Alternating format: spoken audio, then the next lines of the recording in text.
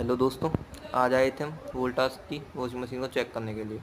Customer बता रहा था इसमें जो प्रॉब्लम आ रही है वो आ रही है, इसकी जो स्पिन मोटर है वो चल नहीं रही है अच्छे से, और कुछ महीने पहले भी चेंज हुई थी। तो जो भी भाई पहले चेक करने आया था इसमें कि स्पिन मोटर को बदल के गया है, उन्होंने इसके ऊपर जो ये लोकल पॉलीथिन आती हैं वो लगाई थी, देखो। और जो ये आवाज़ कर रही है वो भी सुनो ध्यान से।